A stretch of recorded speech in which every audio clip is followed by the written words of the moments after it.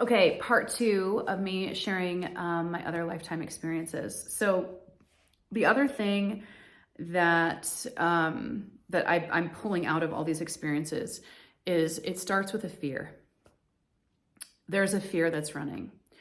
And so to get there in your life right now is you're scanning your life. And this does require some level of consciousness and like being connected and like present within the day. Like, do you meditate? Do you pray? Can you sit with yourself in your own mind by yourself? Those are kind of basic foundational things that are super supportive. So this particular one that I'm sharing, I actually have two of them. I'm just going to share both of them in this one because it's the fear of survival. So, and this is somewhat linked to my original story as well. This is all tied up. And you guys, I also have discovered a lot of things about myself in my birth chart. I don't personally do birth chart readings, but I have learned very specific things that you should know about your birth chart that are really powerful things to know that I can point out to you. But it's not something that, at least right now, that I'm particularly interested in reading people's birth charts. But I have been able to pull out some like really incredible things when you like really lean into it. Like the fear of survival comes from my Chiron placement. So Chiron is the wounded healer. My Chiron is in Taurus in the second house, and which is all about stability, safety, that kind of thing. And so, and also material possessions and abundance, that sort of stuff. And so what I have realized, it was just like, I think a week ago during our last full moon in Cancer. And again, it's on a playlist here. So if you want to look at that, you can. But that's where that's a wound that I get to heal. And the way your Chiron placement works is the wound that you heal, you then become this healer from that wound, from the place of your own wound that you heal. You then get to pour that out into other people. It then becomes like a gift kind of thing.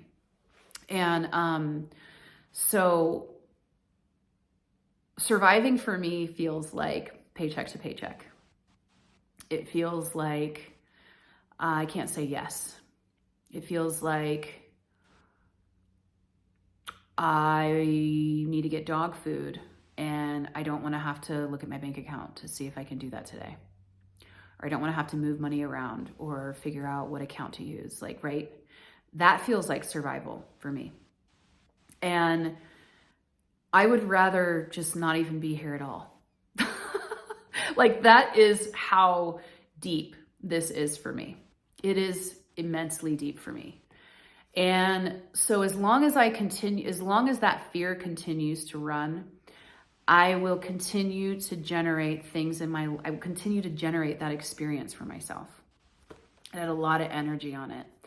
And I haven't particularly in this life experienced those kinds of things, but even just moving into my place that I'm in right now, I was so afraid to commit to my place because I was afraid I was going to lose it. So I think that's another one that I'm going to share, but where I get into the fear of loss, which actually for me led into the fear of having. I was afraid to have because I had a belief running that if I have, then I'm going to lose. I have something to lose.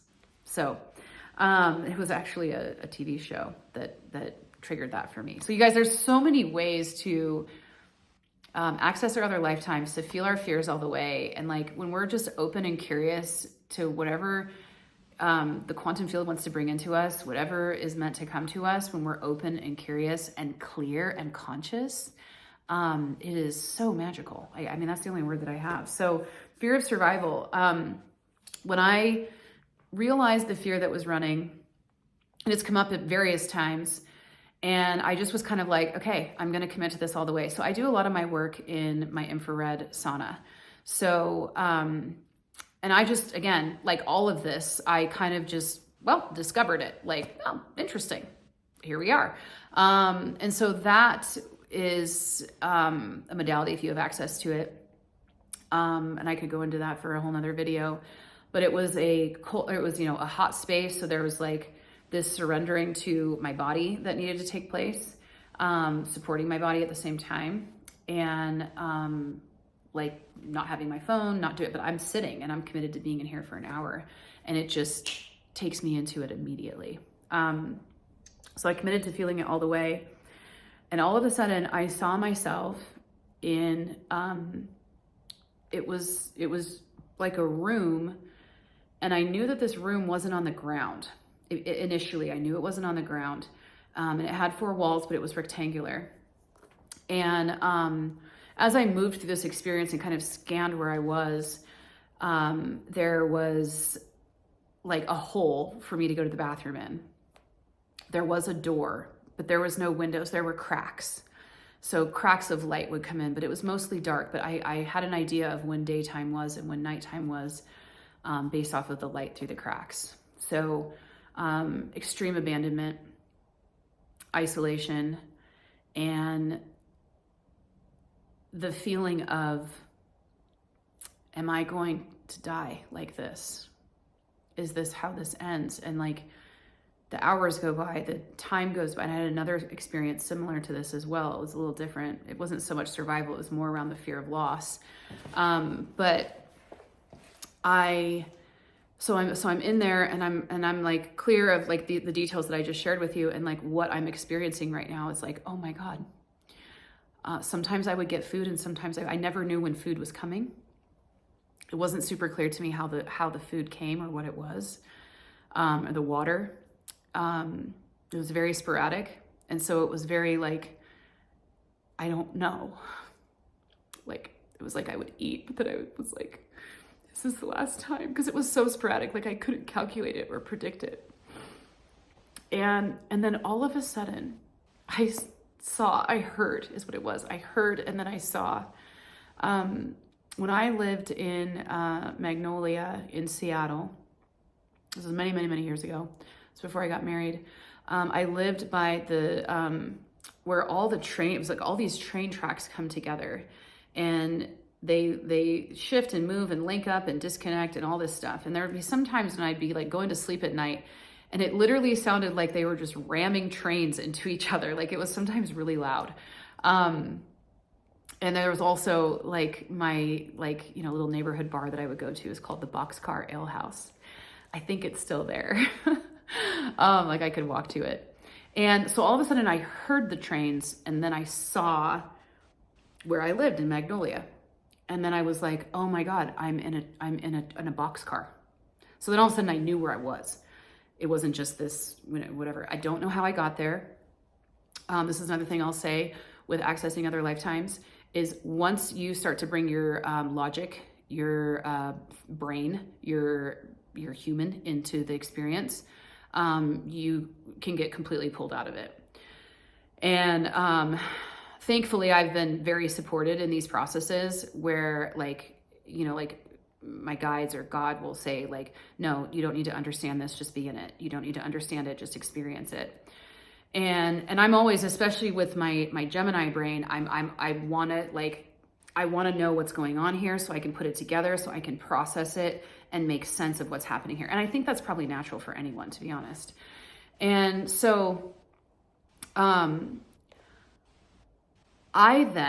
current version of myself shows up. I was at the end of, oh my God, is anyone coming? And I show up into the boxcar, and I saw this flash of that lifetime experience. I saw what was gonna happen next. I don't know how I got out of there. I don't know the details of it, but I saw what happened afterwards, like what later in this lifetime. I had a family. I had a home. I got out of it. Someone got me out of it. I don't know how it happened. So again, there's pieces that you just don't have because they're not necessary to the experience. And because I knew what it was gonna look like when that version of myself got out. I knew what to say to her. Now, this is another thing I'm gonna say. Oftentimes you will experience yourself as the current gender that you are. And part of what I've realized the reason for that is because it's easier to be in the experience of it. If you're a woman having an experience as a man, that's not like, it's not super logical in this current life. Like, it's not logical, but it doesn't fully, it's too much to make sense of. Does that make sense? So, however, I have had two other lifetime experiences as a man, and they came, they're not even, I don't want to say they're not important enough to share, but at the time I didn't fully understand what I was experiencing. Now looking back, I totally do. So I am very Norwegian. I have a lot of Scandinavian, roots in me, however you want to say it. And so this made sense, right? Which, now that I think about it, it makes sense to have a piece of my roots, of another lifetime that I experienced from a country that my current human comes from, as another gender, because it was like the Viking. So it was this Viking battle. And what's so crazy, actually, I love that I'm sharing this part of the story, or this particular lifetime experience. I saw myself as a man, and he was a warrior, a Viking. And during that period of time, it was very clear. And I have a fascination with that period of time. Like, I've watched all the shows and, studied the gods and goddesses and all that stuff, and the mythology, I should say. And how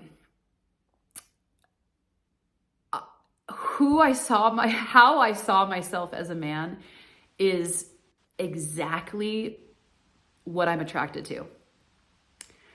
Like, you can't make it up. Like, but the way that I saw it wasn't that I was like attracted to this version of myself. It was like, oh yeah, of course you look like that. He had tattoo, or I had tattoos, like fierce, not necessarily big, but like, anyways, I don't need to go into all that, but,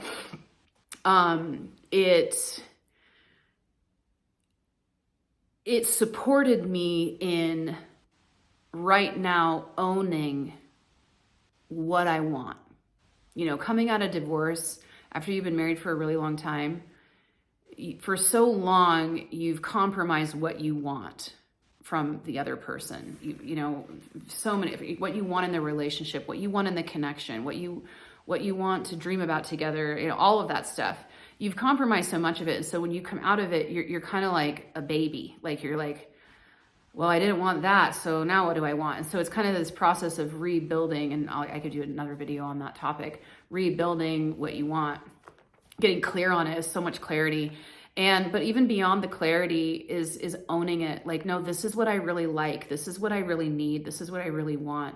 So this version of myself as a man, as a Viking, was all of that. And I got to feel it, like feel what it feels like to be it. So it looking back at the time, like was not as conscious to all this. I was like, oh my God, that's what I want. I've been what I want before. Of course it's what I want. Like, everything is in me. Nothing is outside of me. Everything is on my timeline. It's not on anyone else's timeline. It's just mine, right? It's all there. It's easy. It's accessible. So, going back to the boxcar, I got to be this other version, this future. It felt like future because I saw what was going to happen next for her. So it's like it had already been experienced before, maybe. But I knew I couldn't tell her what was going to happen, but I could with no doubt say, you're getting out of here. You are getting out of here. I promise, believe it. Believe that you're getting out of here. Know that you're getting out of here. And there is something beautiful for you when you get out. And I know that's so hard for you to believe right now with what you're experiencing. I promise, like, you're going to get out of this. You're going to get out of this. So and have you guys ever had like an experience like that before where you just, I don't know if it's a visit, but you have something that comes to you and it's like, no, like you're going to get through this. Like, hang on, you're going to get through this. Like, I know I can see the other side. I know you're going to get through this. So I got to experience being that for that version of myself. And the gift that that version of myself gave me in visiting her was the ultimate survival. The ultimate not knowing, slowly dying. And that's no longer a fear of mine. Like, and this is the other thing I'll say too, especially those deep ones, like this has been layers, because I then had another experience that, I don't want this to be too long, so I'm going to share it in another one. It was a combination of survival, but also extreme abandonment. I have abandonment wounds. Not so much rejection. I mean, it is rejection, but rejection isn't like an energy that runs really strong for me. But it's, you know, because it's essentially the rejection that leads to the abandonment. But going back to my first video, it's like the failures that lead to the defeat, right? It's like I can get through the failures, I can get through the rejections, but when I get to this, like this other like deep piece of it, it's the actual feeling, the abandonment of being rejected, right? So I'll share that in another video. But yeah, so that was when I first discovered that I am accessing this experience for that version of myself, which is happening right now. And I got to show up for her. And I got to see what her life was going to look like on the other side. And it was a beautiful life. I don't know how she got there, and I don't know why she needed to be there. Maybe she needed to be there for me now, and I needed to be here now to be there. I don't know. I also don't really care to like understand any of that. So, all right, I'm going to finish with that one. Thanks for listening.